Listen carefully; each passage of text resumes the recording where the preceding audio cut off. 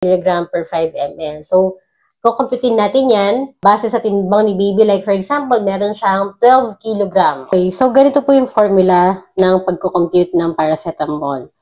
Weight or timbang times 10 divide preparation. So, kung meron tayong 12 kilogram, i-times mo sa multiplier na 10. Yan po kasi yung therapeutic dose. And then, divide by, yung kaninang sample natin is 120 milligram per 5 ml. So, paano natin i-compute yan? So, that's 12 times 10 times 5 tapos divided by 120. So, bali ganito siya.